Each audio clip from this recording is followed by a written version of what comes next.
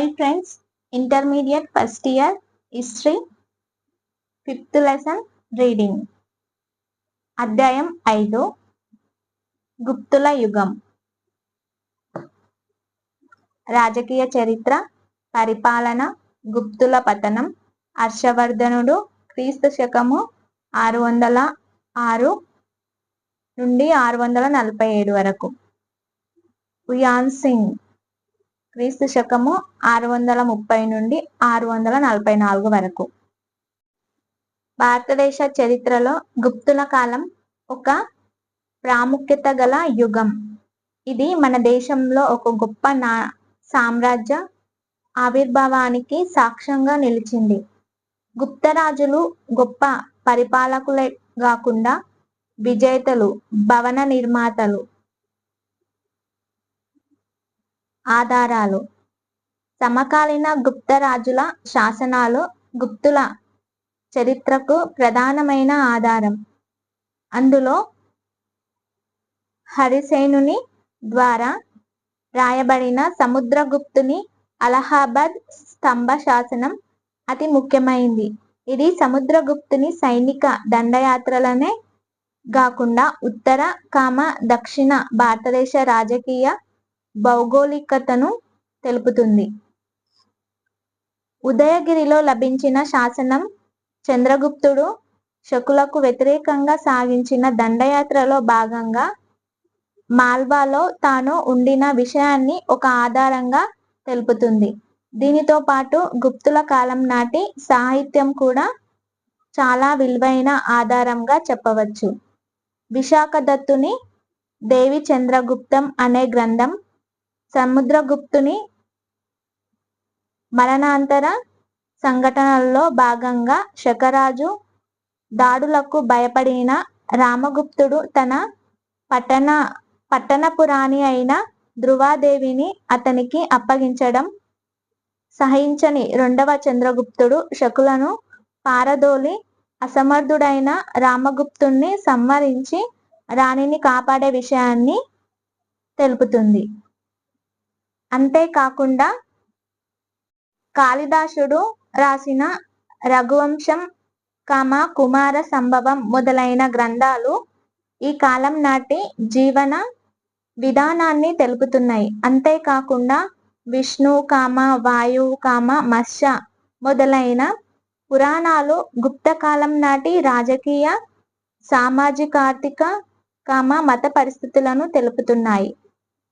ఈ కాలం నాటి ధర్మశాస్త్రాల సాహిత్యం న్యాయస్థానాలను, చట్టాల పనితీరును సవివరంగా తెలుపుతుంది. ఇందులో కాత్యాయన స్మృతి చాలా ముఖ్యమైంది. అంతేకాకుండా వరహామీరుని విజ్ఞాన సరస్వంగా పేర్కొందిన బృహత్సంహిత ఈ కాలం నాటి ఆర్థిక విషయాలతో పాటు అన్ని రకాల విజ్ఞాన విశేషాలను తెలుపుతుంది. వైశాలిలో లభించిన మట్టి ముద్రికలు ఈ కాలం నాటి వ్యాపార శ్రేణుల గురించి సమాచారాన్ని అందిస్తున్నాయి. ఇంకా కొన్ని శాసనాలు, కళాకృతులు దేవాలయాలు, రాజ్యం, మత పరిస్థితులను తెలుపుతున్నాయి. సాంచి, సారనాథ్, నలంద లాంటి ప్రదేశాల్లో లభించిన ప్రాచీన శాసనాల్లోని లిపి బౌద్ధమతం గురించి వివరించింది. గుప్తుల శాసనాల్లో ప్రత్యేకంగా మందసోర్, ఉదయగిరి శాసనాలు ఈ కాలం నాటి వైష్ణవ మతం గురించి తెలిపే చాలా విలువైన శాసన ఆధారాలు. గుప్తుల కాలం నాటి నాణ్యాలు కూడా అప్పటి రాజుల ఆర్థిక, మత పరిస్థితుల అధ్యయనానికి సంబంధించిన చాలా విలువైన ఆధారాలుగా పేర్కొనబడ్డాయి.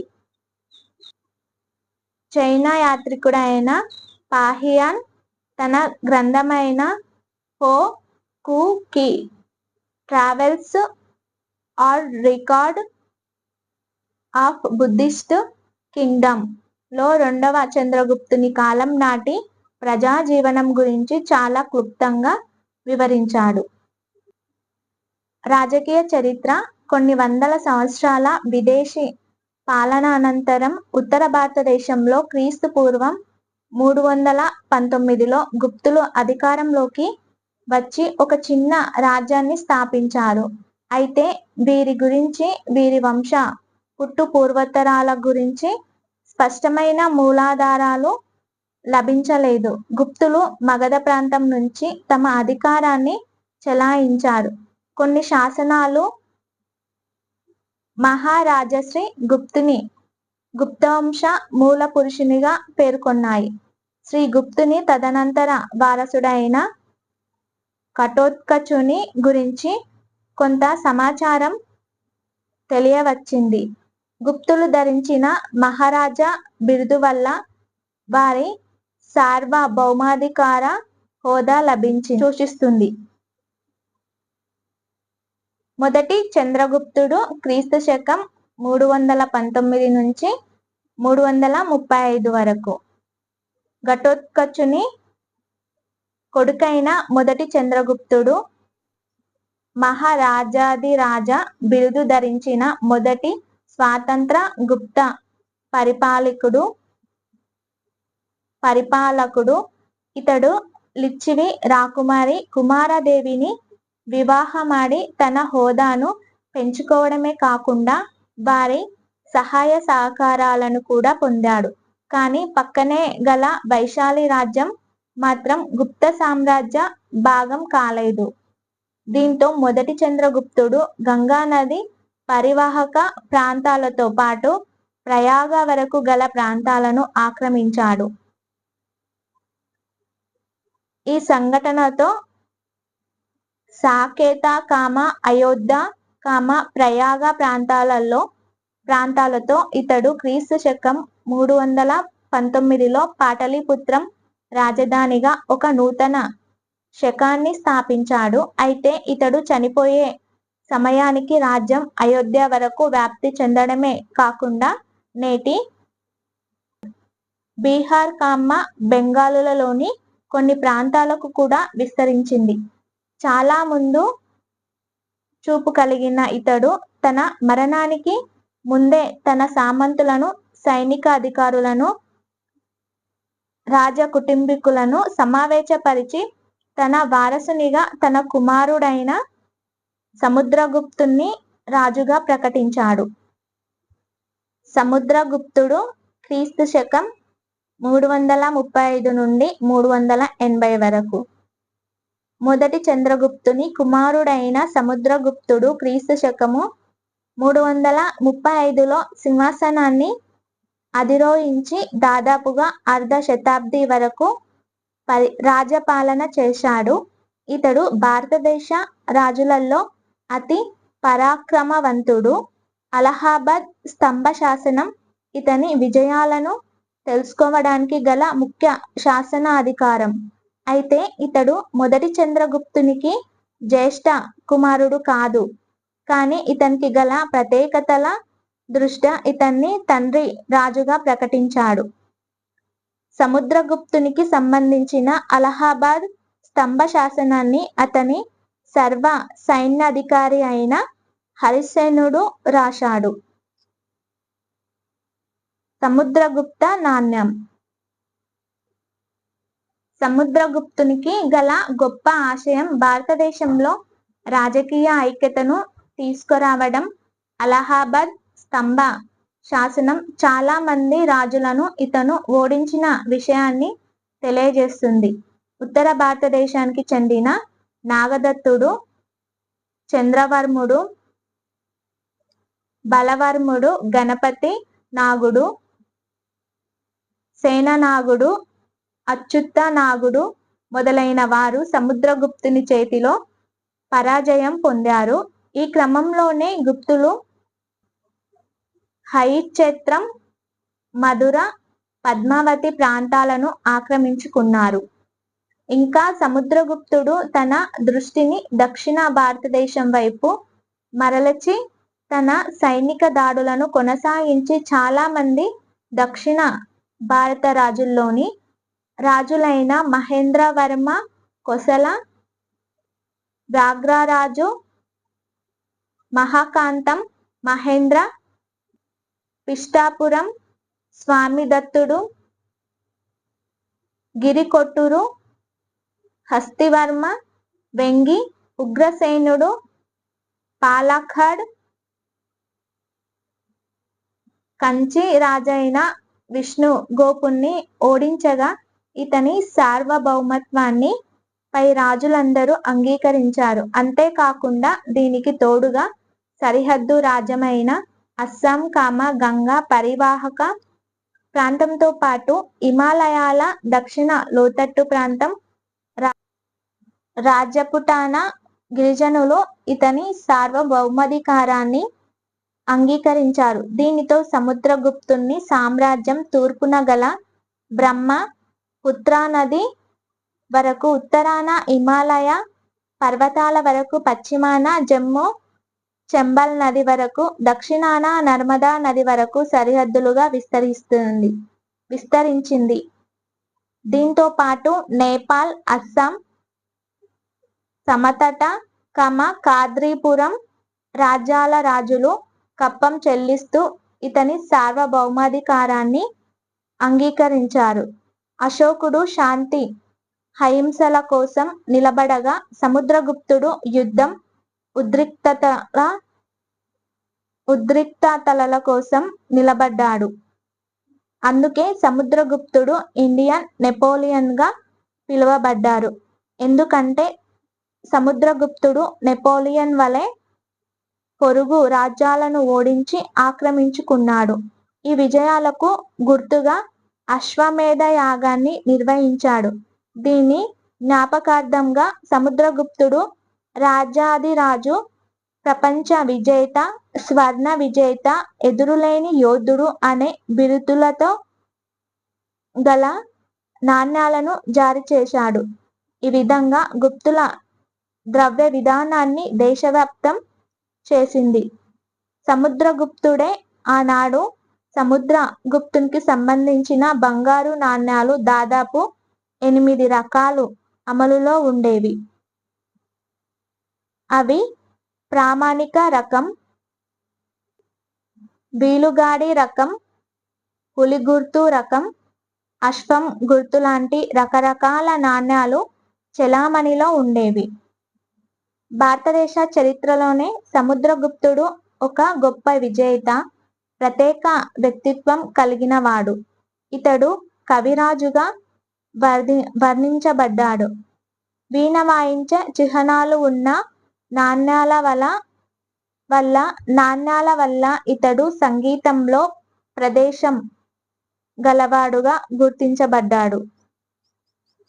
సముద్రగుప్తుడు ఒక నూతన యుగాన్ని ప్రారంభించి భారతదేశ చరిత్రలో సార్వభౌమాధికారంతో కూడిన ఆంతరంగిక శాంతిని సమకూర్చాడు. దీంతో సామ్రాజ్యంలోని రాష్ట్రాల మోసపూరిత విధానాలను కట్టడి చేయడం జరిగేది. క్రీస్తు శకం 357 సంవత్సరంలో శ్రీలంక రాజైన మేఘవర్ముడు విలువైన బహుమతులతో ఒక రాయబార బృందాన్ని సముద్రగుప్తుని ఆస్థానానికి పంపించాడు. దీనితో తరచూ భారతదేశాన్ని సందర్శించే శ్రీలంక బౌద్ధ యాత్రికుల సౌకర్యార్థమై బుద్ధగయలో ఒక బౌద్ధ ఆశ్రమం నిర్మించబడింది. ఇతని పరిపాలన ధర్మశాస్త్రం ప్రకారం నిర్వహించబడింది. ఈ పరిపాలనలో సముద్రగుప్తుడు అధికార వికేంద్రీకరణను ప్రవేశపెట్టాడు. అందుకే ఇతడు ఆదర్శవంతుడైన చక్రవర్తిగా ప్రఖ్యాతి గాంచడంతో పాటు తన సర్వోన్నత సార్వభౌమాధికారాన్ని భారతదేశం అన్ని ప్రాంతాలకు విస్తరింపజేయడంలో సఫలీకృతుడైనాడు. ఇతడు జీవించిన కాలం వివరాలు ఖచ్చితంగా తెలియరావడం లేదు గాని ఇతడు తప్పకుండా పండు ముదుసలి వయసు వరకు జీవించి ఉంటాడని, సకల సంపదలతో కూడిన శాంతియుతమైన పరిపాలనను అందించి ఉంటాడని అంచనా వేయబడింది. గుప్త సామ్రాజ్యం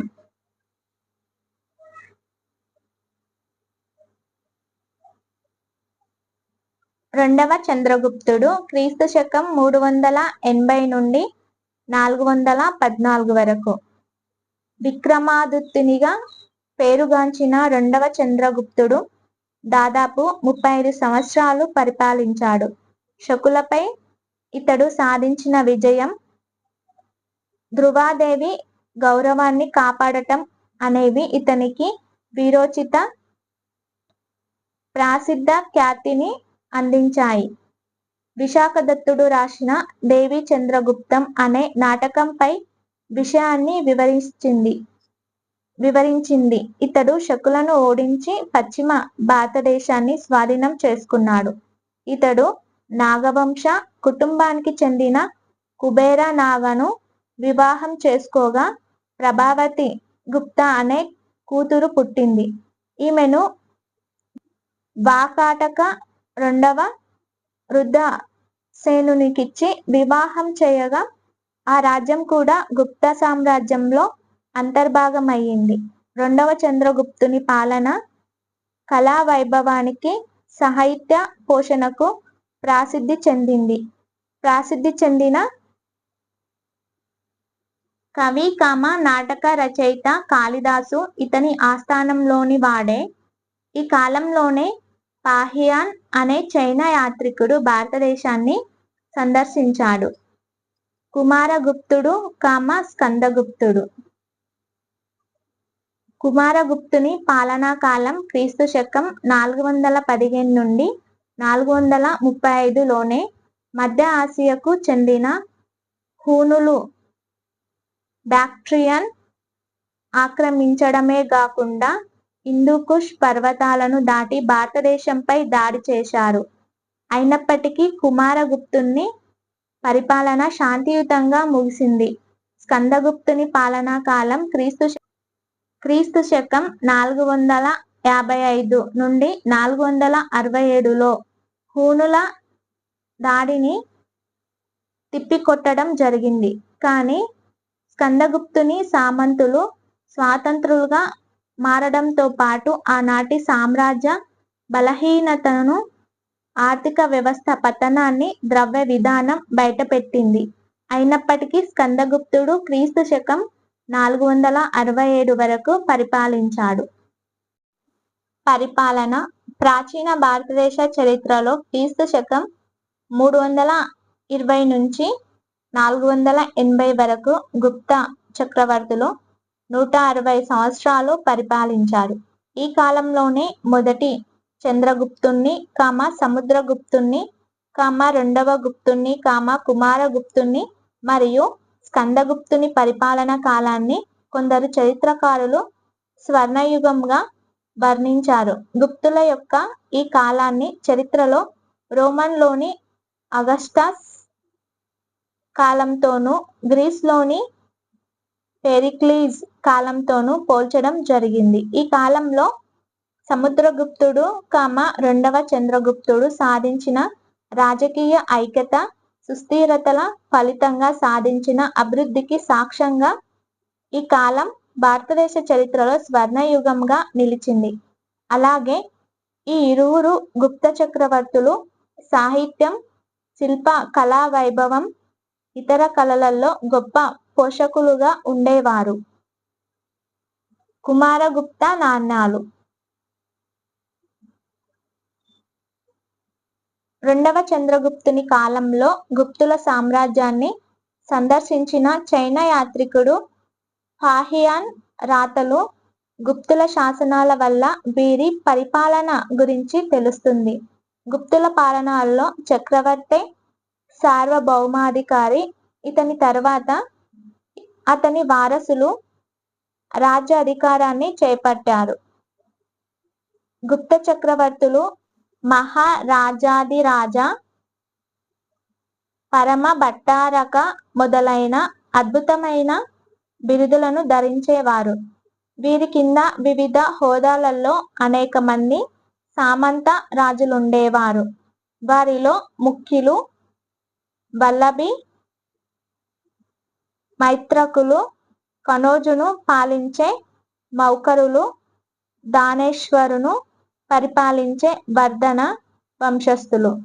తదనంతర గుప్తుల బలహీన పాలనలో మగధ పాలకులైన గుప్తులు, బెంగాలును పాలించిన చంద్రవంశస్థులు తమ స్వతంత్రతను ప్రకటించుకొని మహాసామ్రాజ్య విచ్ఛిన్నతకు కారకులయ్యారు.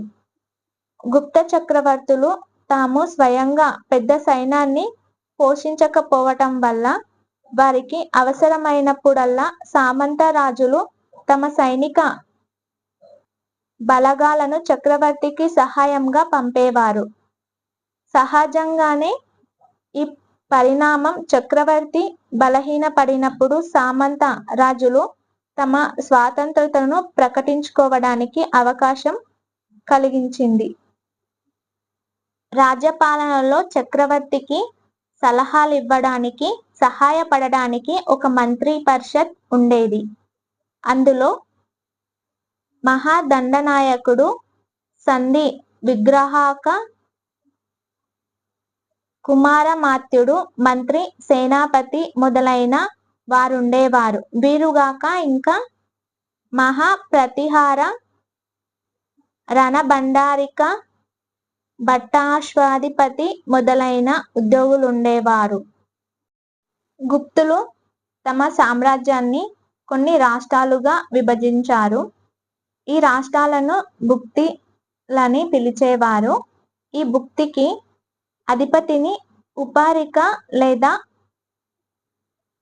గోప్రీతి లేదా మహారాజా అని పిలిచేవారు.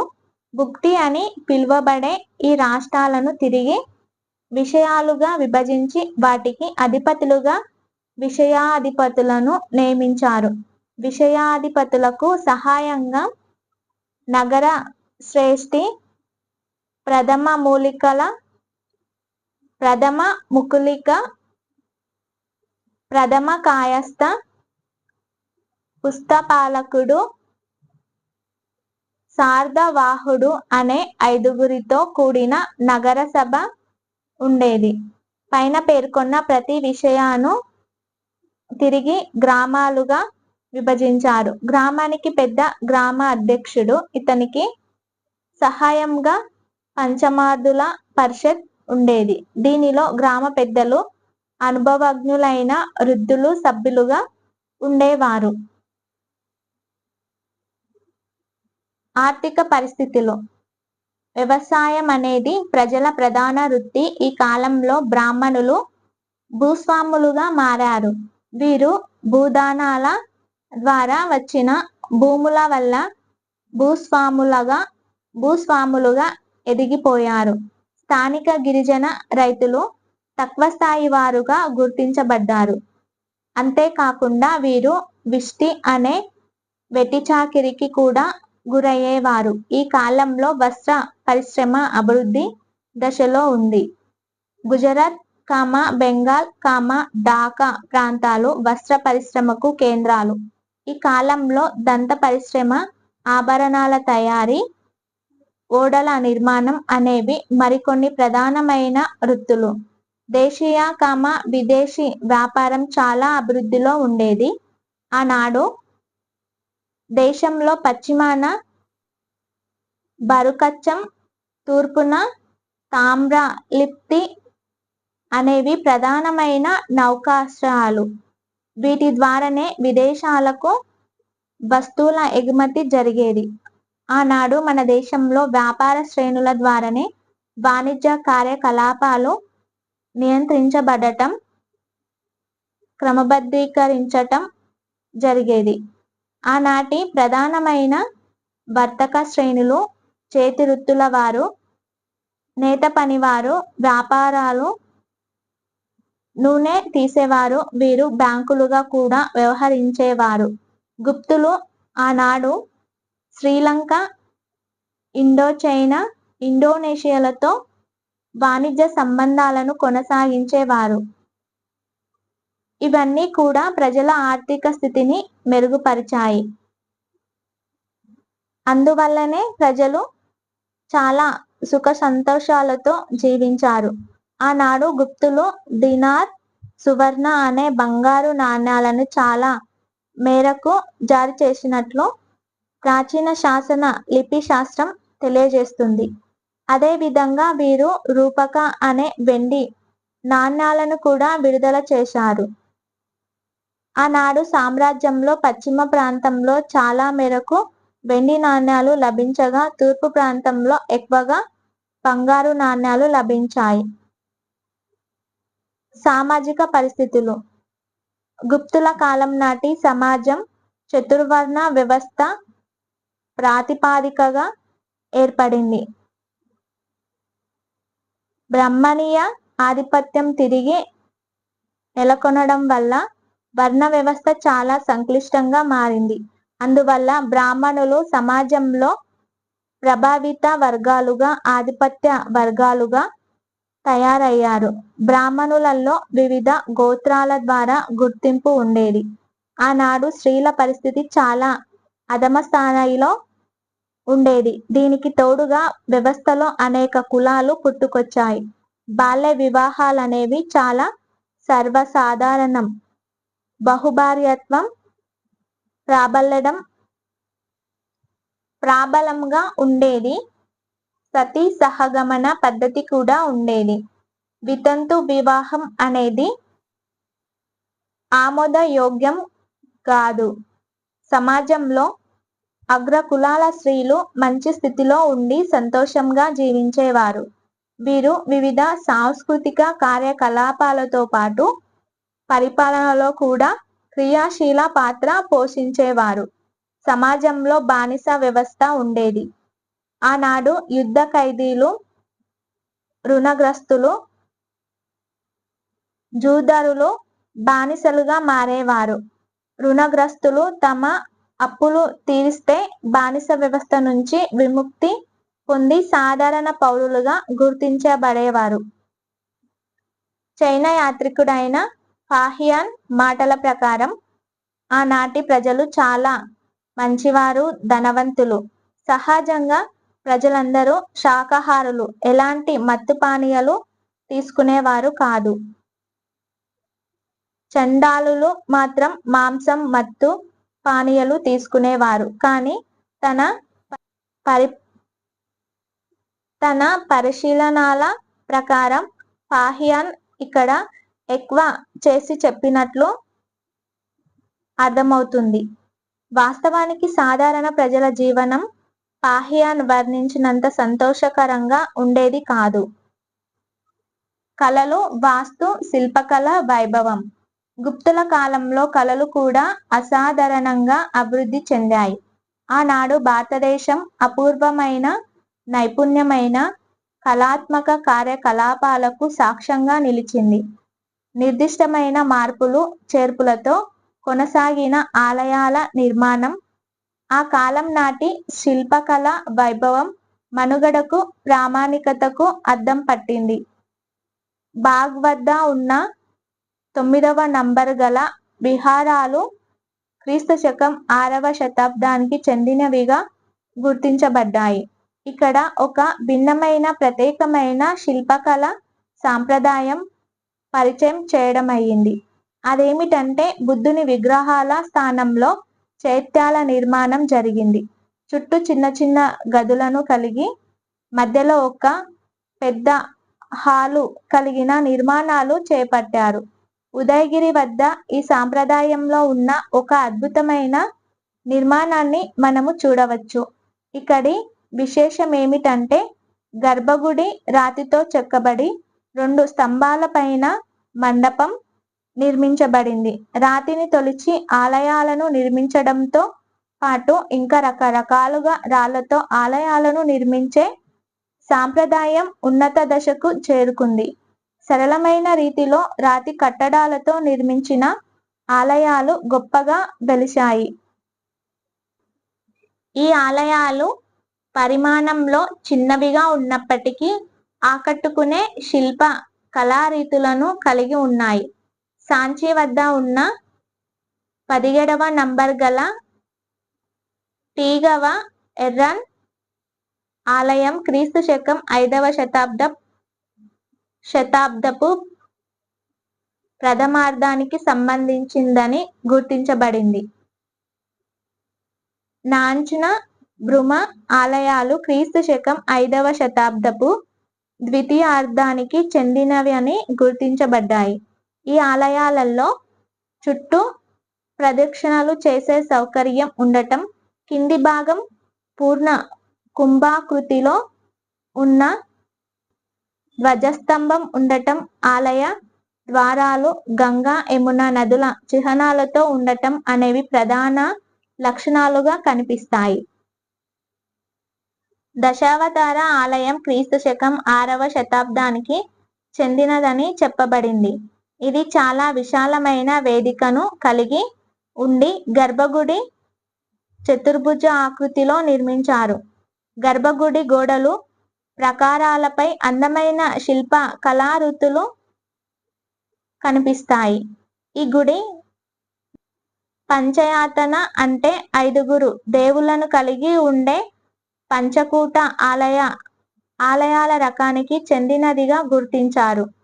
క్రీస్తు శకం 6వ శతాబ్దికి చెందిన బితర్గం దేవాలయం ఇటుకలతో ఎంతో కళాత్మకంగా నిర్మించారు. ప్రధానంగా దీని నిర్మాణం పిరమిడ్ ఆకృతిలో ఉంది. క్రీస్తు శకం 6వ శతాబ్దికి చెందిన బుద్ధగయలోని మహాబోధి ఆలయం బితర్గం ఆలయాన్ని పోలి ఉంది. గుప్తుల కళారీతి మధురలోని కుషానులను అనుసరించిన శిల్పరీతిగా ఉంది. సారనాథ్లోని బుద్ధుని విగ్రహం పారదర్శకమైన దుస్తులను ధరించి ప్రశాంత వదనంతో అద్భుతంగా కనిపిస్తుంది. ఎర్రన్ ఆలయంలోని వరహ విగ్రహం, ఉదయగిరిలో చెక్కి ఉన్న వరహ ప్రతిమ, కోహులోని ఏకముఖ లింగం, బేసానగర్ వద్ద ఉన్న గంగా ప్రతిమ, భూమ్రా ఆలయంలోని మహిషాసుర మర్దిని విగ్రహం మొదలైనవి గుప్తుల కాలం నాటి ప్రాంతీయ శిల్ప కళారీతుల సాంప్రదాయానికి కొన్ని తర్కణాలు. గుప్తుల శిల్పకళ లతలు, పువ్వులను ప్రతిబింబిస్తూ జ్యామితీయ కొలతలతో నిర్మించబడిన చాలా గొప్ప కళారీతిగా గుర్తింపు పొందింది. గుప్తుల కాలంలో చిత్రలేఖనం కూడా అత్యున్నత దశలో ఉండేది. అజంతా గుహలలో అనేక విశేషాలతో కూడిన చిత్రాలు చిత్రించబడ్డాయి. అందులో ముఖ్యంగా బుద్ధుని జాతక కథలను ప్రతిబింబించే చిత్రాలను 21, 17, 19 నంబర్లు గల గుహాల పైకప్పులపై చిత్రించారు. ఇంకా బుద్ధుని, బోధిసత్వుని చిత్రాలు, లతలు, పువ్వులు, ఆభరణాలతో కూడిన జ్యామితీయ కొలతలలో అద్భుతంగా రూపొందించబడి ఉన్నాయి. ఈ అజంతా చిత్రాలు బౌద్ధమత భవనాలను, నగర జీవనాన్ని ప్రతిబింబింప చేస్తున్నాయి. గుప్తుల కాలంలోని ఇనుము, కంచు కరిగించి పోసే పోత విధానం చాలా ఉన్నత దశకు ఎదిగి అత్యాధునికంగా ఉండేది. ఢిల్లీలోని 23.8 అడుగుల ఎత్తున్న ఇనుప స్తంభం వాతావరణ కాలుష్యానికి గురికాకుండా, ఇప్పటి వరకు చెక్కు చెదరకుండా, తుప్పు పట్టకుండా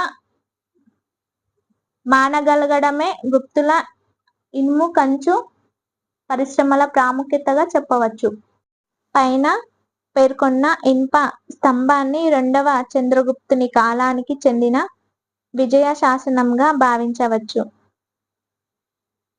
ఈ కాలం నాటి ధమేకా, సుల్తాన్ గంజ్ మొదలైన ప్రాంతాలలో లభ్యమైన బుద్ధుని కంచు విగ్రహాలు సారనాథ్లోని శిల్పకళా రీతులను, నైపుణ్యాలను, లోహ పరిశ్రమ ప్రభావాన్ని తిరిగి ప్రదర్శింపజేశాయి. ఇంకా శాసనాలు, సాహిత్యం, శిల్ప కళాభావనాలు మరొకసారి గుప్తుల కాలంలో పునర్జీవించబడినాయి. సంగీతం, నాట్యం, నృత్యం గుప్తుల కాలంలో సంగీతం, నాట్యం బాగా ప్రోత్సహించబడ్డాయి. ఆనాడు కాళిదాసు రాసిన మాళవికాగ్ని మిత్రం సంగీతంలో మెలకువలను వర్ణిస్తుంది. ఇంకా ఇది తాళ, లయ, స్వర, రాగ, లలిత, సారంగ వంటి సంగీత నిబంధనలను తెలియపరిచింది. సమకాలీన సాహిత్యం వీణ, వేణువు, తబల మొదలైన సంగీత వాయిద్యాలను గురించి పేర్కొన్నది. సముద్రగుప్తుని, కుమారగుప్తుని నాణ్యాలు వీరు వీణను వాయించడాన్ని తెలియచేస్తున్నాయి. ప్రాచీన కాలం నాటి భారత నాట్యశాస్త్రం సూచించిన సంగీత నాట్యానికి సంబంధించిన అనేకమైన నిబంధనలనే గుప్తుల కాలంలో అనుసరించారు. మతం. గుప్తుల కాలంలో హిందూ మతం తిరిగి పునర్జీవించబడింది. గుప్త చక్రవర్తులు హిందూ మతాన్ని అవలంబించిన భక్తులు. గుప్త చక్రవర్తులందరూ మతాభివృద్ధిలో భాగంగా యాగాలు, యజ్ఞాలు నిర్వహించిన వారే. ఈ కాలంలో వైదిక మతం ఆధిపత్యం వల్ల బౌద్ధ మతం క్షీణ దశకు చేరుకుంది. భక్తి భావన ఎక్కువవ్వడం మూలాన విగ్రహారాధన ప్రాధాన్యతను సంతరించుకుంది. విష్ణువు దశావతారాలు ఈ కాలంలో ఎక్కువ ప్రాముఖ్యతను పొందాయి. గుప్తులు వైదిక మతావలంబకులు అయినప్పటికీ మత సామరస్యాన్ని పాటిస్తూ అన్ని మతాలను సమంగానే చూసేవారు. గుప్తుల పరిపాలన కాలపు చివరి నాటికి బుద్ధుడు విష్ణువు అవతారంగా భావించబడ్డాడు. ఇతిహాసమైన రామాయణం ఆ రోజుల్లో చాలా ప్రఖ్యాతిగాంచింది. అందులోని కొన్ని భాగాలను కళారూపాలుగా ప్రదర్శించేందుకు చిత్రించేవారు. వైష్ణవ మత సాంప్రదాయం గుప్తరాజుల మద్దతు వల్ల ఉచ్చస్థితికి చేరింది. శైవ మతం. వైష్ణవ మతంలాగానే శైవ మతం కూడా సమానంగా పేరు పొందింది. శైవ మత శాఖను అనుసరించే పాశుపతుల ఆధీనంలో కొన్ని శైవ మత ఆలయాలుండేవి. క్రీస్తు శకం 380 నుండి 380 కాలానికి చెందిన మధుర శాసనం లాకులిస పాశుపత శాఖను గురించి తెలియచేస్తుంది. ఉత్తరప్రదేశ్లోని కరందండ వద్ద ఒక శివలింగం కనుక్కోబడింది. అక్కడే లభించిన 1వ కుమారగుప్తుని శాసనం ప్రకారంగా అయోధ్య బ్రాహ్మణులు ఆచరించిన ఆచారాలు, మత సంబంధిత కర్మకాండలు, వేదాంత శాస్త్ర బోధనాలు, సాహిత్యం గురించి తెలుస్తున్నాయి. అంతేకాకుండా దుర్గామాతను, స్కందుడిని, గణేశుడిని పూజించే విధానాలు ప్రఖ్యాతిగాంచాయి. బౌద్ధమతం. గుప్తుల కాలంలో బౌద్ధమతం రాజకుటుంబీకుల నుంచి తక్కువ ఆదరణను పొందినప్పటికీ అది భక్తి, బోధిసత్వ సిద్ధాంతాన్ని, విగ్రహారాధనను నొక్కి చెప్పే మహాయాన బౌద్ధమతంగా అనేక మత ప్రాంతాలలో వ్యాప్తి చెంది దాదాపుగా వైదిక మతంతో సమానమైన ప్రాచుర్యాన్ని కలిగి ఉండేది. దీనితో పాటు హినయాన బౌద్ధమతం కూడా ప్రాచుర్యంలో ఉండేది. మగధ ప్రాంతంలో దీనికి సంబంధించిన విద్యాలయాలు మనుగడలో ఉండేవని పాహియన్ రాశాడు. నలంద, సారనాథ్, మధుర, పాటలీపుత్రం, వల్లభి అనేవి వీటిలో గుర్తించదగిన విద్యా కేంద్రాలు. క్రీస్తు శకం 5వ శతాబ్దంలో నలంద విశ్వవిద్యాలయం బౌద్ధమత సిద్ధాంతాల బోధన కేంద్రంగా ప్రారంభించబడింది. గుప్తుల కాలంలో వల్లభి వద్దనున్న బౌద్ధ ఆశ్రమం ప్రధాన బౌద్ధమత బోధన కేంద్రంగా విలసిల్లింది. టిబెట్, చైనా మొదలైన దేశాలలో బౌద్ధమతాన్ని వ్యాపింపజేయడంలో కాశ్మీర్ ప్రధాన పాత్రను పోషించింది. సముద్రగుప్తుని పాలనా కాలంలో మహాయాన బౌద్ధమత సిద్ధాంతాన్ని తెలియజేసే విజ్ఞానవాద స్థాపకుడు, అభిధమ్మ కోశం రచయిత అయిన వాసుబంధుడు చాలా ప్రఖ్యాతిగాంచాడు. క్రీస్తు శకం 453లో వల్లభి కేంద్రంగా జైన మత సిద్ధాంతాలు రచనలు వెలువడుతూ ఉండటం వల్ల జైనమతం కూడా వికాసాన్ని కలిగి ఉండేది. శ్వేతాంబర జైన మతశాఖకు వల్లభి మధుర కేంద్రాలుగా కాగా, దిగంబర జైనమత శాఖకు పుండ్రవర్ధన కేంద్రంగా విలసిల్లింది.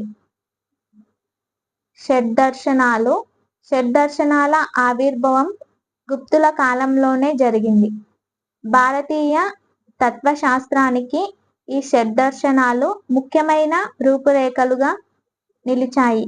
అవి 1 న్యాయం, 2 వైశేషికం, 3 సాంఖ్యం, 4 యోగ్యం, 5 మీమాంసం, 6 వేదాంతం. ఇవన్నీ అంతర్గత జీవన విధానాన్ని వివరించి బహిర్గత కర్మలను వ్యతిరేకించాయి.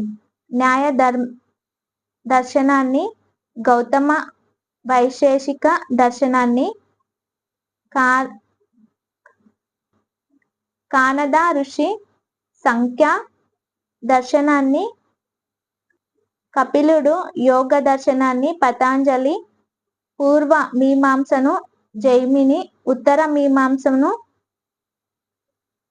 బాదరాయణుడు ప్రబోధించారు. సాహిత్యం.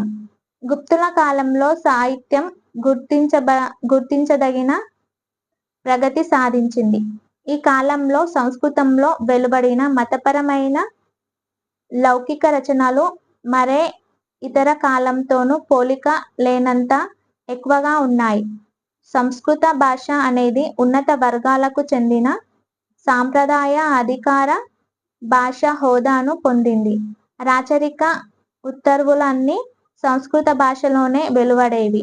గుప్తుల కాలం నాటి శాసన రచయితలలో అలహాబాద్ ప్రశస్తిని రాసిన హరిశ్సేనుడు, కుమారగుప్తుని పాలనలోని దశపురానికి చెందిన పట్టునేత వారి శాసనాన్ని రాసిన వత్సభటుడు ఎంతో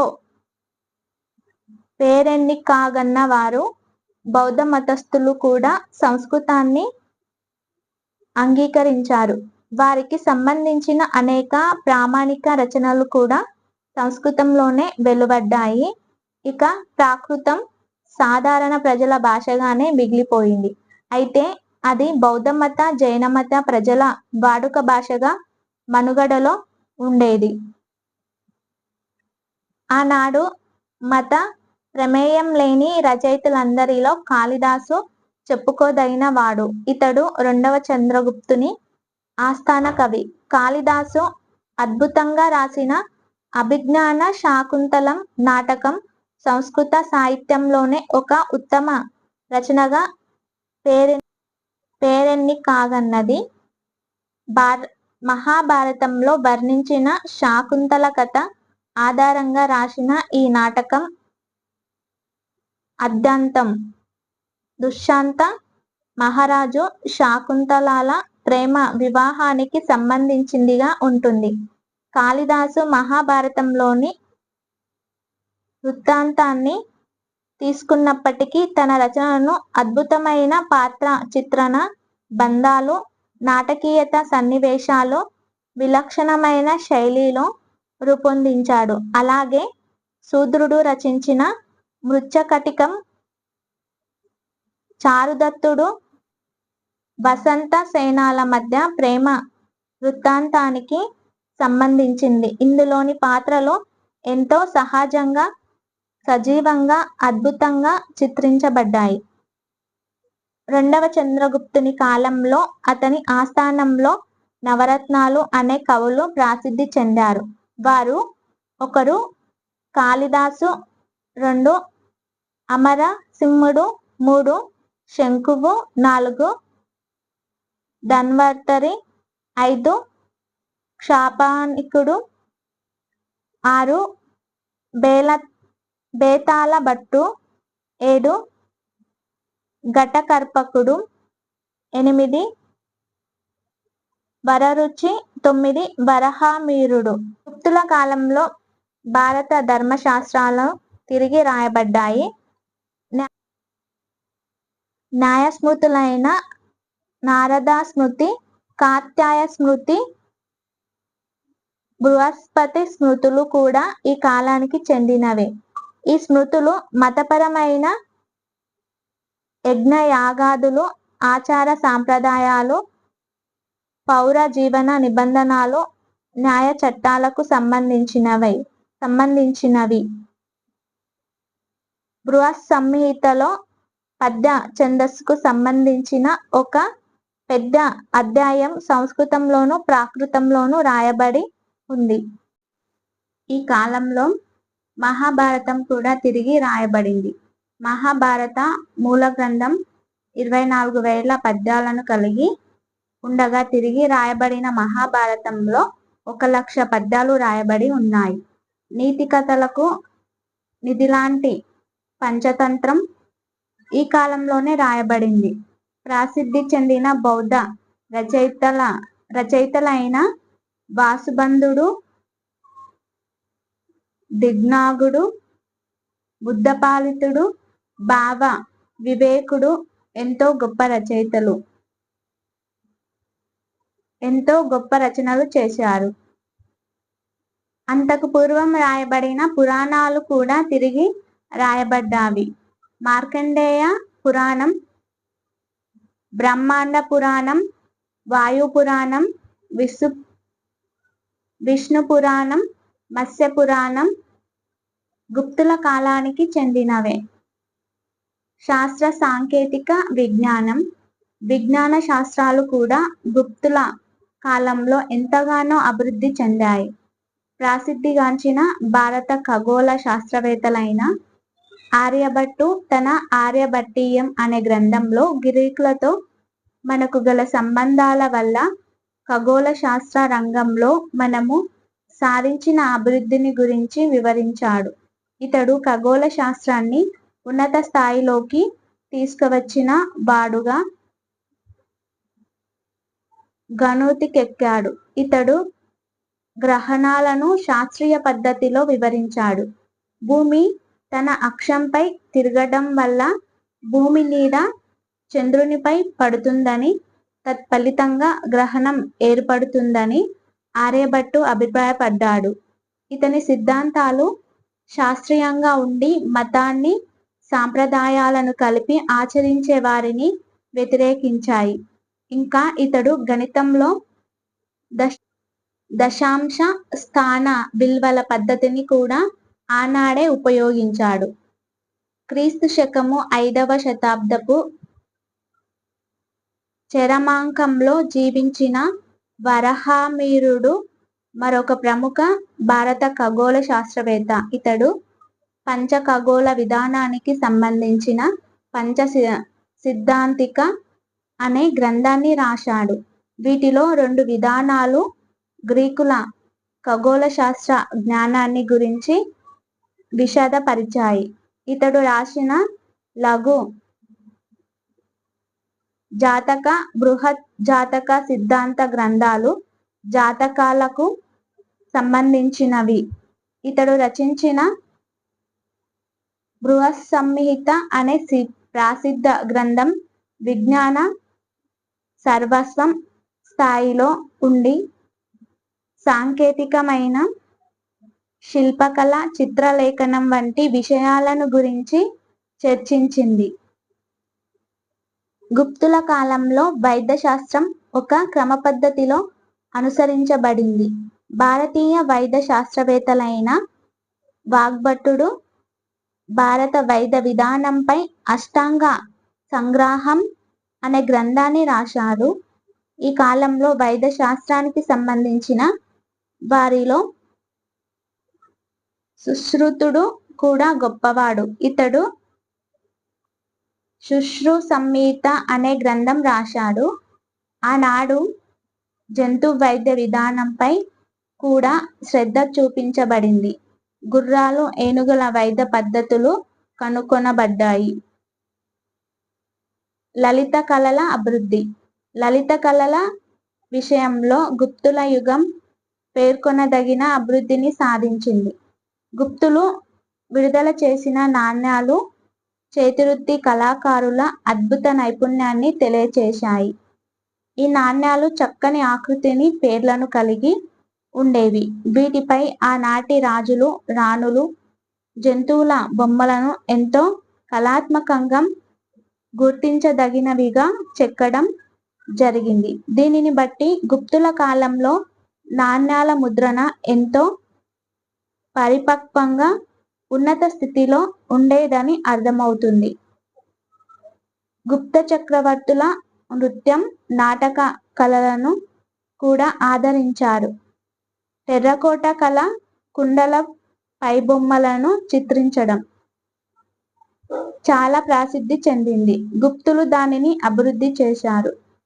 హిందూ దేవతలైన విష్ణువు, సూర్యుడు, కార్తికేయుడు, దుర్గామాత, గంగా, యమున, జంతువులు, పక్షుల ప్రతిమల్ని ఎంతో అందంగా మలిచేవారు. ఇంకా గుప్త చక్రవర్తుల ఇనుము, రాతి స్తంభాలను కూడా నిర్మింప చేశారు.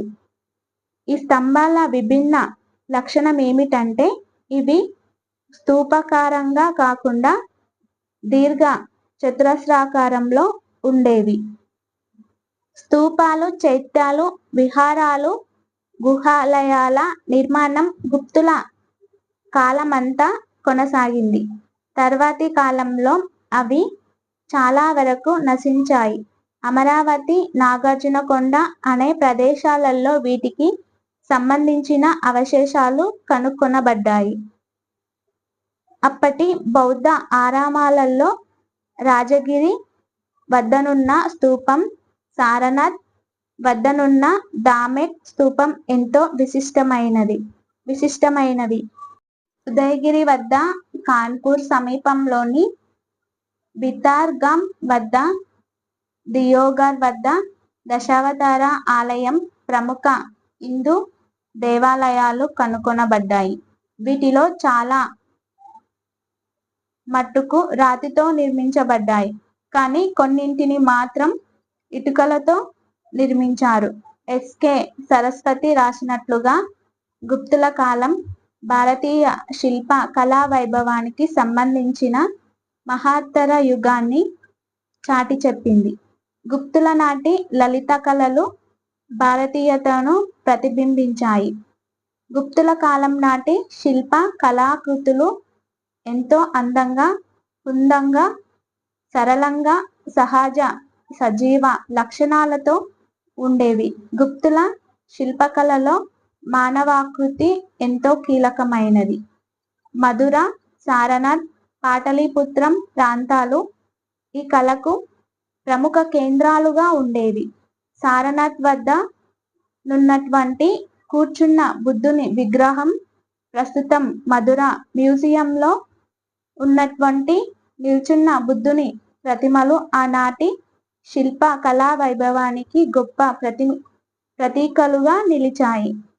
ఆనాటి హిందూ దేవుళ్లకు సంబంధించి శివుడు, విష్ణువు విగ్రహాలు ముఖ్యమైనవి. శివునికి ప్రతిరూపంగా ఏకముఖ, చతుర్ముఖ శివలింగాలు నిర్మించబడినవి. మధురలోని ప్రతిమలన్నీ దాదాపుగా ఎర్రరాతితో నిర్మించబడినవి. అదేవిధంగా సారనాథ్లోని ఆకృతులు తెల్లని పాలరాతితో నిర్మించబడినవి. ఈ విధంగా గుప్తుల కాలంలో శిల్పకళ అత్యున్నత దశకు చేరుకుంది. డాక్టర్ కుమారస్వామి చెప్పినట్టుగా గుప్తుల కళ ఒక సంపూర్ణమైన సాధారణ చక్రీయ ప్రక్రియలో కళాత్మక వికాసాన్ని పొంది అత్యున్నత దశను సూచించింది. గుప్తుల కాలం నాటి చిత్రలేఖనానికి నిదర్శనాలు బాగ్ వద్ద మరియు అజంతా గుహలలో, శ్రీలంకలోని సుగ్రీరియా వద్ద కనుక్కోబడినవి. కనుక్కోబడినవి. అజంతా గుహలలోని 16,17 నంబర్లు గల గుహలలోని చిత్రాలు గుప్తుల కాలం నాటికి సంబంధించినవి. వీటిలో తల్లి బిడ్డ కోతుల వేట దృశ్యం, రాజకుమారి చిత్రాలు ఎంతో గుర్తింపును పొందినవి. బాగు వద్దనున్న చిత్రాలు అజంతాలోని శిల్పకళకు కొనసాగింపుగా ప్రాతినిధ్యం వహిస్తాయి. ఈ విధంగా గుప్తుల కాలంలో చిత్రలేఖనం కూడా గుర్తించదగిన ప్రగతిని సాధించింది. గుప్తుల పతనం. స్కందగుప్తుని తర్వాత పురుగుప్తుడు కొద్ది కాలం మాత్రమే పరిపాలించాడు. అయినప్పటికీ గుప్తుల సార్వభౌమాధికారం పురుగుప్తుని కుమారుల ద్వారా కొనసాగించబడినప్పుడే వారి రాజకీయ వారసత్వాన్ని సవాలు చేసిన ఆధారాలు స్పష్టంగా కనిపించాయి. ఈ క్రమంలోనే రెండవ కుమారగుప్తుడు క్రీస్తు శకం 474 వరకు పరిపాలించాడు. పురుగుప్తుని కుమారుడైన బుధగుప్తుడు క్రీస్తు శకము 477లో సింహాసనాన్ని అధిష్ఠించాడు. ఇతడు క్రీస్తు శకం 500 సంవత్సరంలో చనిపోయి ఉండవచ్చు. జయనాథుడు, మహారాజా లక్ష్మణుడు తదితర సామంత రాజులు చక్రవర్తి సార్వభౌమాధికారాన్ని అంగీకరించలేదు. దక్షిణా ప్రాంతంలోని గుప్త సామ్రాజ్యాన్ని నరేంద్రసేనుని నాయకత్వంలోని వాకటకులు ఆక్రమించారు. ఈ కాలంలో హూణుల దాడులు కూడా గుప్త సామ్రాజ్య పతనానికి ఒక కారణం. ఈ కారణాలన్నింటి వల్ల అతి పెద్దదైన గుప్త సామ్రాజ్యం చిన్న చిన్న ముక్కలుగా స్వాతంత్ర ఉపరాజ్యాలుగా చీలిపోయింది. బుద్ధగుప్తుని మరణాంతరం గుప్త వంశం పతనమైనందున అతని తర్వాత వచ్చినటువంటి రాజుల పేర్లు నిర్దిష్టంగా తెలియలేదు. ఆ తర్వాత తోరమానుని నాయకత్వంలో హూణులు పంజాబును పశ్చిమ భారతదేశంలోని పెద్ద భూభాగాన్ని ఎర్రన్ వరకు జయించారు.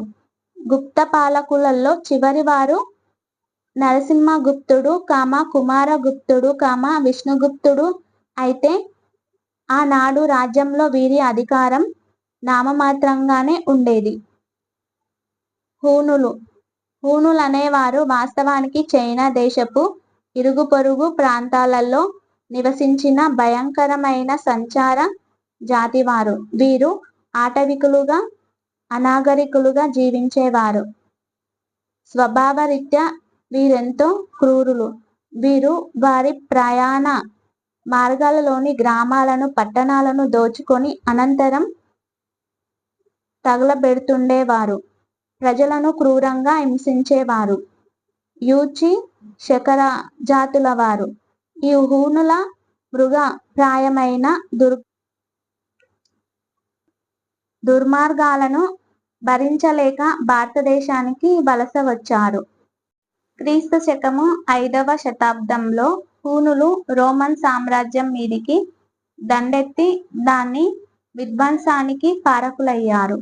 క్రీస్తు శకం 480లో మొదటిసారిగా ఆక్సస్ నది తీరాన స్థిరపడినటువంటి హూణుల జాతికి చెందిన ఒక తెగ భారతదేశం మీదికి దండెత్తి వచ్చింది. అయితే గుప్త యువరాజైన స్కందగుప్తుడు వారిని ఓడించి వెనుకకు పారదోలాడు. ఆ తర్వాత హూణుల ప్రాంతం బాల్క్ నగరం రాజధానిగా విస్తరించింది. హూణుల సామ్రాజ్యంలోని గాంధార ప్రాంత నాయకుడైన తోరమానుడు భారతదేశంలోని ప్రాంతాల ఆక్రమణకు మార్గం సుగమం చేశాడు. తోరమానుడు క్రీస్తు శకం 500 నుండి 515 వరకు. క్రీస్తు శకం 500 సంవత్సరంలో తోరమానుడు తన దండయాత్రలను ప్రారంభించి గుప్త సామ్రాజ్యంలోని అనేక భాగాలను ఆక్రమించాడు. ఆనాడు గుప్తరాజుల సామంతులు కొందరు తోరమానుని సార్వభౌమాధికారాన్ని అంగీకరించారు. మిహిరాకులుడు క్రీస్తు శకం 515 నుండి 538 వరకు. ఇతడు తోరమానుని కుమారుడు, క్రూరత్వానికి నిలువెత్తు రూపముగా నిలిచినవాడు. ఇతని రాజధాని సకల. ఇతడు బౌద్ధమతానికి బద్ధ వ్యతిరేకి. అంతేకాకుండా ఎలాంటి జాలి కరుణ లేకుండా బౌద్ధ మతస్థులను విచారణ పేరుతో క్రూరమైన పద్ధతుల ద్వారా శిక్షించడమే కాకుండా వారి ఆశ్రమాలను నాశనం చేసేవాడు. ఇతని ఆకృత్యాలతో విసిగి వేసరిన భారతీయ పాలకులు కొందరు అతన్ని దేశం నుంచి తరిమి వేయాలని సంకల్పించి వ్యతిరేకంగా పోరాడారు. యశోధర్ముడు అనే భారతీయ పాలకుడు మిహిరాకులుని ఘోరంగా ఓడించాడు. చివరికి ఆనాడు స్థానిక భారతదేశ పాలకులు కొందరు యశోధర్ముని నాయకత్వంలో ఒక సమైక్యగా ఏర్పడి మిహిరాకులుని ఓడించి తరిమేశారని చరిత్రకారుల అభిప్రాయం. హూణుల దండయాత్ర ఫలితాలు. హూణుల దండయాత్ర ఫలితంగా గుప్త సామ్రాజ్యం పతనమైంది. ఈ దండయాత్రల వల్ల ప్రాచీన గణతంత్ర రాజ్యాల బాధలు తొలగిపోయాయి. బౌద్ధమత కేంద్రాలు నాశనం చేయబడటం వల్ల బౌద్ధ మతం క్షీణించింది. హూణులు హిందూ దేవాలయాలను కూడా తగలబెట్టారు. క్రమంగా హూణులు క్షత్రియ హోదాను పొంది భారతదేశంలోని ఆటవిక గిరిజనులతో వైవాహిక సంబంధాలను ఏర్పరచుకొని నెమ్మదిగా భారతదేశ సమాజంలో కలిసిపోయారు. ఫాహియాన్ చైనా బౌద్ధ యాత్రికులలో మొదటి తరంవాడైన ఫాహియాన్ చైనా దేశపు బౌద్ధులు పవిత్ర దేశంగా భావించే భారతదేశాన్ని సందర్శించాడు. ఫాహియాన్ను అతని తండ్రి చిన్న వయస్సు నుంచే బౌద్ధ సమాజానికి సేవ చేసేందుకు అంకితం చేశాడు. అందుకుగాను ఫాహియాన్ను బౌద్ధ ఆశ్రమానికి పంపించాడు. పరిపూర్ణంగా బౌద్ధ సన్యాసిగా మారిన అనంతరం ఫాహియాన్ వినయ పీఠకం పూర్తి ప్రతుల కొరకు అన్వేషిస్తూ భారతదేశానికి వచ్చాడు. ఇతడు తన 15 సంవత్సరాల మొత్తం యాత్రలో భారతదేశంలోనే 9 సంవత్సరాలు గడిపాడు. ఈ సమయంలోనే అతడు ఉత్తర భారతదేశపు ప్రధాన పట్టణాలైనటువంటి కనౌజ్, అయోధ్య, కపిలవస్తు, కుషినగరం, పాటలీపుత్రం, రాజగృహం, బుద్ధగయ, బెనారస్లను సందర్శించాడు. 2వ చంద్రగుప్తుని పరిపాలన కాలంలో ఇతడు గుప్త సామ్రాజ్యాన్ని సందర్శించాడు. అతడు తన యాత్ర విశేషాలను వర్ణించి రాయడం వల్ల 2వ చంద్రగుప్తుని కాలం నాటి గంగా నది పరివాహక ప్రాంతాల ప్రభుత్వ సామాజిక పరిస్థితులకు సంబంధించిన విలువైన సమాచారం లభిస్తున్నది. ఫాహియాన్ పరిపాలన విధానాలను ఎంతగానో పొగుడుతూ రాశాడు. అంతేకాకుండా ఆనాటి ప్రజలు సకల సంపదలతో ఉన్నతమైన సంస్కృతితో జీవించాలని కూడా తెలియచేశాడు. గుప్తుల యుగం ఎంతగానో సంస్కృతి అభివృద్ధిని సాధించిందని, భారతదేశ చరిత్రలో ఒక ముఖ్యమైన స్థానాన్ని కలిగి ఉన్నదనే అభిప్రాయాన్ని ఫాహియాన్ వర్ణనలు నిరూపిస్తున్నాయి. హర్షవర్ధనుడు క్రీస్తు శకం 606 నుండి 647 వరకు. గుప్త సామ్రాజ్య పతనానంతరం ఉత్తర భారతదేశం అనేక స్వాతంత్ర రాజ్యాలుగా విభజించబడింది. ఈ స్వాతంత్ర రాజ్యాల మధ్య పరస్పర విరోధాలు హూణులు ఉత్తర భారతదేశంపై తిరిగి తమ దండయాత్రలు కొనసాగించడానికి కారణమయ్యాయి. ఆ విధంగా అల్లకల్లోలంగా ఉన్న దేశానికి శాంతి భద్రతలను అందించడానికి బలమైన పాలన అవసరమయ్యింది. వల్లభిలోని మైత్రకుల కనోజును పాలించే మౌఖరులు రాజపూటానాలకు చెందిన గుర్జరులు, బెంగాల్లోని గంగులు, మాల్వా, మగధలను పాలించే కడపాటి గుప్తులు, దానేశ్వర నేలుతున్న పుష్యభూతి వంశస్థులు ఆనాడున్న ప్రధాన స్వాతంత్ర రాజ్యాలు. క్రీస్తు శకము 7వ శతాబ్దపు చివరి నాటికి పుష్యభూతి వంశస్థులు పాలనలోకి రావడంతో భారతదేశ చరిత్ర మరొకసారి ఒక వెలుగు వెలిగింది. ఆధారాలు: క్రీస్తు శకము 7వ శతాబ్దం నాటి హర్షవర్ధనుని పరిపాలనకు సంబంధించిన చరిత్రను తెలుసుకోవడానికి చాలా కీలకమైన ఆధారాలు లభించాయి. వాటిలో బాణభట్ట రాసిన హర్షచరిత్ర, ఉయాన్ సింగ్ రాసిన సియూకి చైనీయుల అధికారిక చారిత్రక పత్రాలు, 2వ పులకేశి ఐవోలు శాసనం, ఇంకా ఇతర శాసనాలు, ఈ కాలం నాటి నాణ్యాలు. ఈ ఆధారాల వల్ల 7వ శతాబ్దం నాటి భారతదేశ స్థితిగతులపై మనకొక ప్రస్ఫుటమైన అవగాహన కలుగుతుంది. అలాగే ఉత్తర భారతదేశ రాజులలో గొప్పవాడైన హర్షవర్ధనుడి సమాచారాన్ని కూడా తెలుసుకోగలుగుతున్నాం. పుష్యభూతి వంశ చరిత్ర. ఈ వంశ స్థాపకుడు పుష్యభూతి. ఇతని మనవడైన ప్రభాకర వర్ధనుని కాలంలో దానేశ్వర రాజ్యం గొప్పగా వర్ధిల్లింది. ప్రభాకర వర్ధనుడు మాల్వా రాజులకు, వాయువ్య పంజాబ్కు చెందిన హూనులకు, రాజపుటానా రాజులైన గుర్జారులకు వ్యతిరేకంగా పోరాడారు. ఇతడు చాలా బలవంతుడైనందువల్ల క్రీస్తు శకము 604లో కనోజును పాలించే మౌఖరి వంశరాజైన గృహవర్మ ఇతని కుమార్తె అయిన రాజశ్రీని వివాహమాడి వైవాహిక సంబంధాలను ఏర్పరచుకున్నాడు. ప్రభాకర వర్ధనుడు తన జ్యేష్ఠపుత్రుడైన రాజవర్ధనుని ఆధ్వర్యంలో హూనులపై దండెత్తాడు. ఇతని కనిష్ఠ పుత్రుడైన హర్షవర్ధనుడు కూడా తన అన్న బాటను అనుసరించాడు. ఈ ఇరువురు సోదరులు దండయాత్రలో ఉన్న సమయంలోనే ప్రభాకర వర్ధనుడు వ్యాధిగ్రస్తుడై మరణించాడు. ప్రభాకర వర్ధనుని మరణానంతరం దానేశ్వర రాజసింహాసనాన్ని రాజవర్ధనుడు అధిష్ఠించాడు.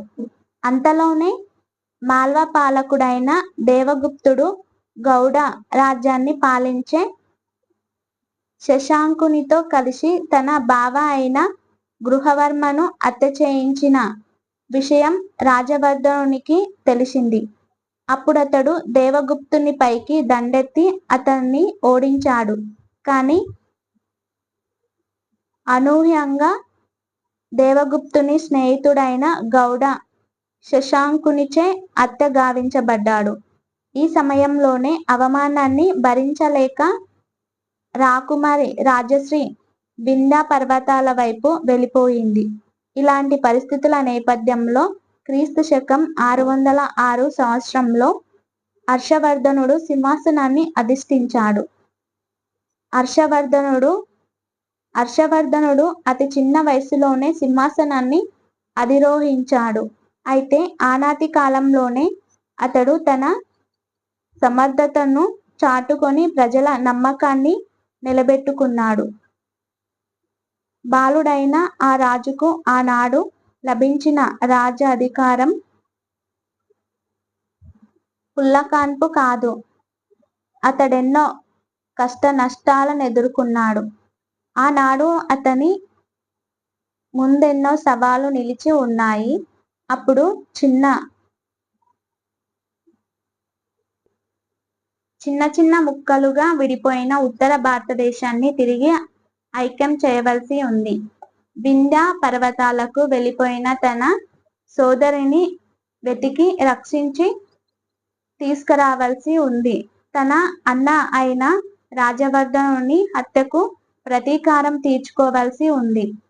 వీటన్నింటిలో ముందుగా అతడు తన సోదరి అయిన రాజశ్రీ కోసము అన్వేషించి ఆమెను రక్షించి తీసుకురావడంలో సఫలమయ్యాడు. హర్షవర్ధనుని విజయాలు. హర్షవర్ధనుడు తన సోదరిని రక్షించినంతరం తూర్పు ప్రాంతంపై దండెత్తి గెలిచి తన విజయ యాత్రను ప్రారంభించాడు. ఆపై గౌడ శశాంకుని మీదికి దండెత్తి అతడిని ఓడించాడు. లభించిన ఆధారాలను బట్టి హర్షవర్ధనుడు గౌడ శశాంకుని ఆధీనంలో ఉన్న పంజాబ్, కనౌజ్, గౌడ, మిథిల, ఒరిస్సా అనే ప్రాంతాలను జయించాడు. అదే క్రమంలో వల్లభి, కచ్, సౌరాష్ట్ర, సింధులను కూడా స్వాధీనం చేసుకున్నాడు. కొంతమంది పండితుల అభిప్రాయం ప్రకారం హర్షవర్ధనుడు నేపాల్ను కూడా జయించాడు. ఈ విధంగా క్రీస్తు శకము 612 నాటికి ఇతడు భారతదేశపు ఎగువ ప్రాంతాలన్నింటితో పాటు బెంగాల్లోని విశాల ప్రాంతాన్ని, పంజాబ్లోని తూర్పు ప్రాంతాన్ని ఆక్రమించాడు. హర్షవర్ధనుడి సామ్రాజ్యం. క్రీస్తు శకం 640లో భారతదేశం.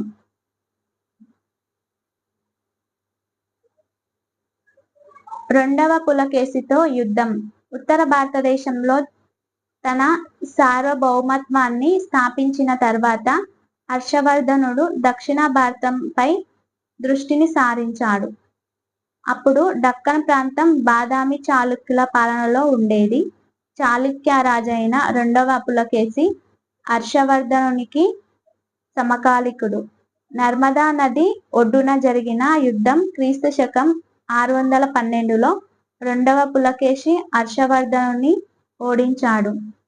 రెండవ పులకేశి వేయించిన ఐవోలు శాసనం ద్వారా తెలుస్తున్న ఈ విషయాన్ని బట్టి హర్షవర్ధనుని పాలన ఉత్తర భారతదేశానికే పరిమితమైందని నిర్ధారణ అవుతుంది.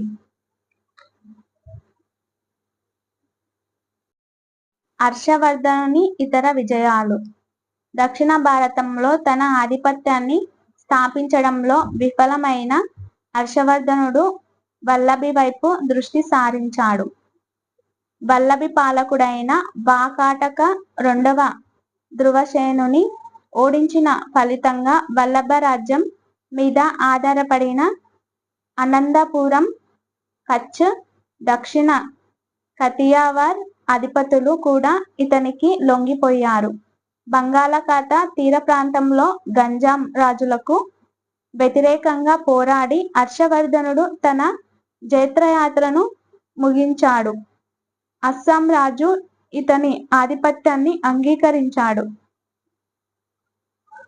సాహిత్య ఆధారాలను బట్టి కాశ్మీర్ రాజు హర్షవర్ధనుని నోటి మాటలతోనే లొంగిపోయాడు. అదేవిధంగా సింధు రాజు కూడా తన రాజరికాన్ని వదులుకున్నాడు. సామ్రాజ్య విస్తరణ. హర్షవర్ధనుని సామ్రాజ్యం పశ్చిమాన సౌరాష్ట్ర, కతియావార్ లోని వల్లభి రాజ్యం వరకు, తూర్పున అస్సాం సరిహద్దు వరకు వ్యాపించింది. దక్షిణాన దీనికి నర్మదా నది సరిహద్దులు కాగా, ఉత్తరాన ఒక పంజాబ్ మినహా మిగతా ప్రాంతమంతా ఇతని సామ్రాజ్యంలో భాగమైంది.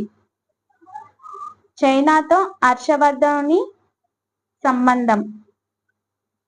హర్షవర్ధనుడు చైనాతో దౌత్యపరమైన సంబంధాలను కొనసాగించాడు.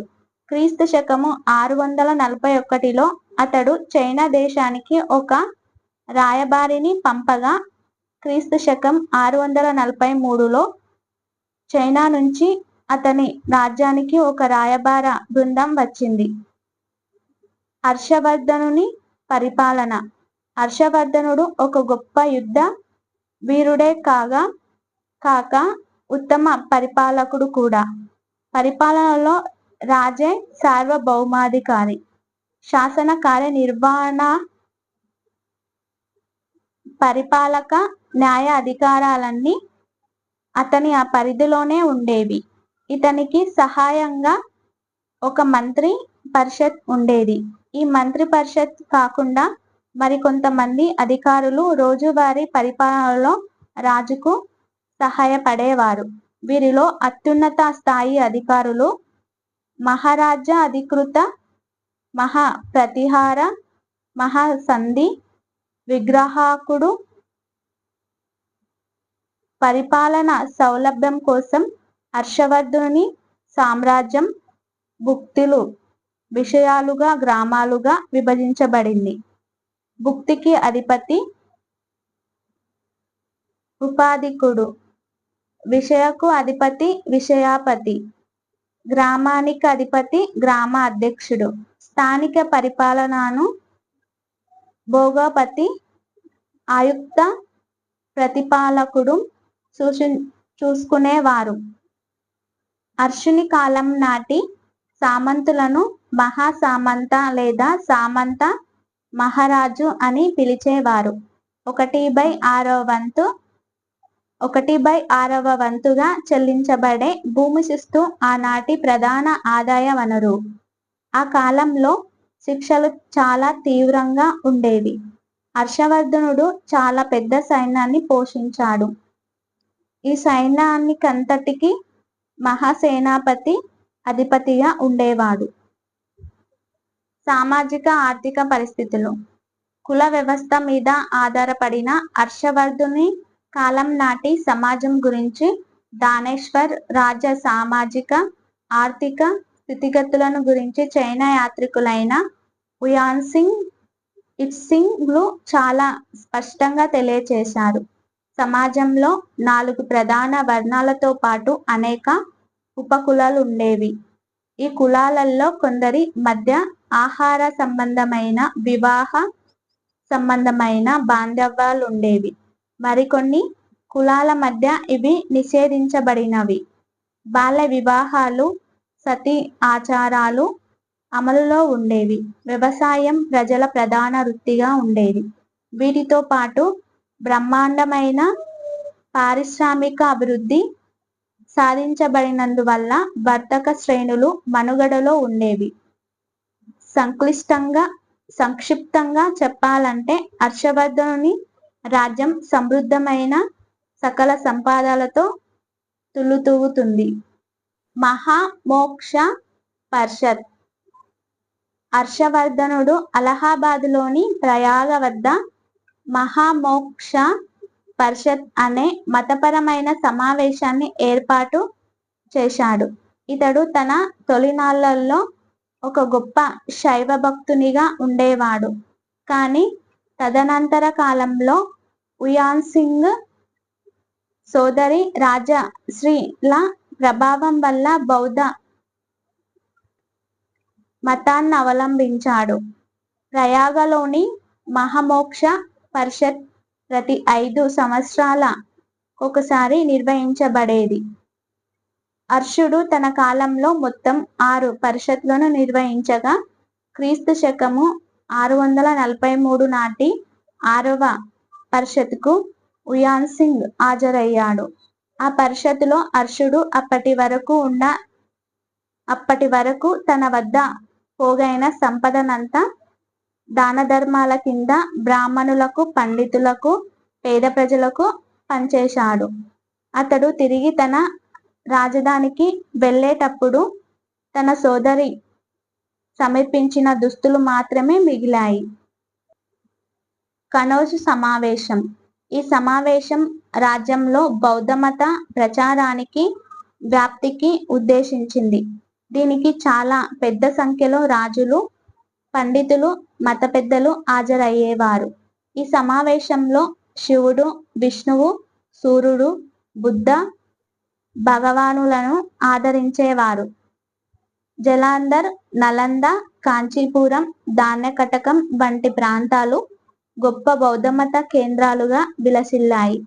మహాయాన బౌద్ధమతానికి సంబంధించిన బోధనలు ఉపన్యాసాలతో ఈ సమావేశం 23 రోజుల పాటు నిర్విఘ్నంగా నిర్వహించబడింది. విద్యా అభివృద్ధి. హర్షవర్ధనుడు ఒక గొప్ప పండితుడు, కవి మాత్రమే కాకుండా గొప్ప అభ్యాసకుడు కూడా. నలంద, వల్లభిలోని బౌద్ధ ఆరామాలు చాలా గొప్ప అభ్యాసన కేంద్రాలుగా ఉండేవి. నలంద అనేది ఆనాడు విద్యకు ప్రధాన కేంద్రంగా ఉండేది. దేశ విదేశాల నుంచి వచ్చే విద్యార్థులు ఆ విశ్వవిద్యాలయంలో విద్యను అభ్యసించేవారు. ప్రారంభంలో ఇక్కడ మహాయాన బౌద్ధానికి సంబంధించిన తత్వశాస్త్రం మాత్రమే బోధించబడేది. కాలక్రమంలో వేదాలు, తర్కం, వ్యాకరణం, వైద్యం, యోగ శాస్త్రాలను కూడా బోధించేవారు. ఆర్యదేవుడు, వాసుబంధుడు, దిగ్నాగుడు, ధర్మపాలుడు మొదలైన వారు ఆనాటి నలంద విశ్వవిద్యాలయంలోని ప్రముఖ ఉపాధ్యాయులు. ఈ విశ్వవిద్యాలయం స్వేచ్ఛాయుత అభ్యసనానికి ఒక ఆదర్శ నమూనాగా నిలిచింది. సుమారు 200 గ్రామాలపై వచ్చే శిస్తు ఆదాయంతో నలందలోని ఆరామాలు నడిచేవి. నలంద విశ్వవిద్యాలయంతో పాటు వల్లభిలో ఒక హినయాన బౌద్ధమత విశ్వవిద్యాలయం ఉండేది. నలంద లాగానే వల్లభి కూడా విదేశీ విద్యార్థులను కలిగి ఉండేది.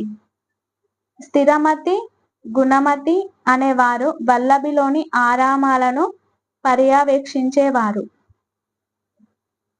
సాహిత్య అభివృద్ధి. హర్షుడు చాలా గొప్ప కవి, పండితుడు. ఇతడు నాగనందం, రత్నావళి, ప్రియదర్శిక అనే 3 అద్భుతమైన నాటకాలను రాశాడు. హర్ష చరిత్ర, కదంబరి అనే గ్రంథాలను రచించిన బాణభట్టుడు హర్షవర్ధనుని ఆస్థాన కవి. హరిదత్తుడనే కవి కూడా హర్షుని ఆదరణను పొందాడు. ఆ కాలంలోనే భర్తృహరి సుభాషిత శతకాన్ని, మయూరుడు సూర్యాష్టకాన్ని రచించారు. సంస్కృతం రాజభాషగా ఉండేది. అయినప్పటికీ ప్రాకృతం కూడా ప్రాధాన్యతను కలిగి ఉంది. చరిత్రలో హర్షవర్ధనుని స్థానం. ప్రాచీన భారతదేశ చరిత్రలో హర్షవర్ధనుడొక్క సాటిలేని పరిపాలకుడు. అతడు అసాధారణమైన శక్తియుక్తులను కలిగి ఉండేవాడు. అతని ఆచరణ కూడా అందుకు తగినట్టుగానే ఉండేది. హర్షుడితో సమర్థుడైన పరిపాలకుడు ఇతడు. అశోకుని, సముద్రగుప్తుని గుణగణాలను పుణికిపుచ్చుకున్నాడు. సముద్రగుప్తుని లాగా ఇతడొక గొప్ప విజేత. అశోకుని లాగా ఒక గొప్ప బౌద్ధమత పోషకుడు. తాను అనుసరించిన అన్ని రంగాలలో ఇతడు నిష్ణాతుడు. ఇతడు మౌర్యుల కీర్తి ప్రతిష్టలను అనుసరించదగినంత గొప్ప వాడుగాను, గుప్తుల వైభవాన్ని పొందగలిగినంత సమర్థుడుగాను గుర్తింపు పొందాడు. హుయాన్సింగ్ క్రీస్తు శకం 630 నుండి 644 వరకు. హుయాన్సింగ్ సుమారు క్రీస్తు శకము 630 కాలం నాటి చైనా యాత్రికుడు. భారతదేశానికి రావడంలో ఇతని ముఖ్య ఉద్దేశం ఏమిటంటే ఇక్కడున్నటువంటి బౌద్ధమత అధికారిక రాత పత్రులను సంపాదించడం, ఇక్కడ ప్రముఖ బౌద్ధమత పవిత్ర స్థలాలను సందర్శించడం. ఇతడు భారతదేశంలో 14 సంవత్సరాల పాటు ఉన్నాడు. ఆ కాలంలో దేశంలోని ముఖ్యమైన ప్రదేశాలన్నింటినీ సందర్శించాడు. తర్వాత అతడు తనకు లభించిన బౌద్ధమత ఆధారాలను అన్నింటినీ తన దేశానికి తీసుకొని పోయాడు. అక్కడికి వెళ్ళగానే ఆ బౌద్ధమత గ్రంథాలను చైనా భాషలోకి తర్జుమా చేయడంలో నిమగ్నమయ్యాడు. అంతేకాకుండా అతడు తన వర్ణనలో ఆ కాలం నాటి భారతదేశం సాంఘిక, రాజకీయ, ఆర్థిక, మతపరమైన విషయాలను స్పష్టంగా తెలియపరిచాడు. హుయాన్ సింగ్ కేవలం ఒక బౌద్ధ భిక్షువే కాక గొప్ప పండితుడు. భారతదేశంలో ఉన్న కాలంలో అతడు హర్ష సామ్రాజ్యాన్ని సందర్శించాడు. ఇతని ప్రభావం చేతనే హర్షవర్ధనుడు బౌద్ధ మతాన్ని స్వీకరించాడు. హుయాన్ సింగ్ హర్షుడు ప్రయాగ, కనౌజులలో నిర్వహించిన మహామోక్ష పరిషత్తులలో కూడా పాల్గొన్నాడు. హుయాన్ సింగ్ హర్షుని సామ్రాజ్యాన్ని ఎంతో సుసంపన్నమైందిగా అభివర్ణించాడు. వర్తకం ఉన్నత స్థితిలో ఉండేదని, ప్రజలు సంతోషంగా జీవించారని రాశాడు.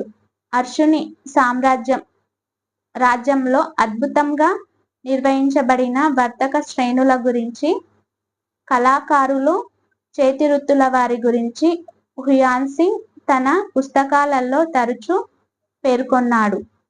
వారసత్వంగా వచ్చే 4 వర్ణాల వ్యవస్థ ఉండేదని, దానితో పాటు అనేక కులాలు కూడా ఉండేవని, సతీ ఆచారం అమలులో ఉండేదని, నేర చట్టాలు, శిక్షలు తీవ్రంగా ఉండేవని ఇతడు తన పరిశీలనల్లో భాగంగా సియుకి పుస్తకంలో రాశాడు. భారతదేశంలోని ఉన్నతమైన విద్యా బోధన, ఉత్తమమైన అభ్యసనాలకు సంబంధించి ఈ చైనా యాత్రికుడు చేసిన పరిశీలనల వల్లనే ప్రపంచంలోనే భారతదేశం గొప్ప విద్యా అభివృద్ధిని సాధించిన రాజ్యమని తెలిసింది. ఈ విధంగా హుయాన్ సింగ్ వర్ణనలు హర్షవర్ధుని పరిపాలనకు సంబంధించిన విలువైన విషయాల్ని మనకు తెలియచేస్తున్నవి. హుయాన్ సింగ్. ఓకే ఫ్రెండ్స్, ఈ వీడియోలో మీకు ఏమైనా మిస్టేక్స్ ఉంటే కామెంట్ చేయండి. అలాగే ఈ వీడియో మీకు నచ్చినట్లయితే లైక్ చేయండి, మీ ఫ్రెండ్స్కి షేర్ చేయండి, ఈ ఛానల్ని సబ్స్క్రైబ్ చేసుకోండి. నేను చేసే ప్రతి వీడియో మీకు ముందుగా రావాలంటే ఖచ్చితంగా ఈ ఛానల్ని సబ్స్క్రైబ్ చేసుకోండి. ఇది తెలుగు అకాడమీ బుక్ రీడింగ్. మనకి రివిజన్ చేయడానికి రోజు యూజ్ అవుతుంది.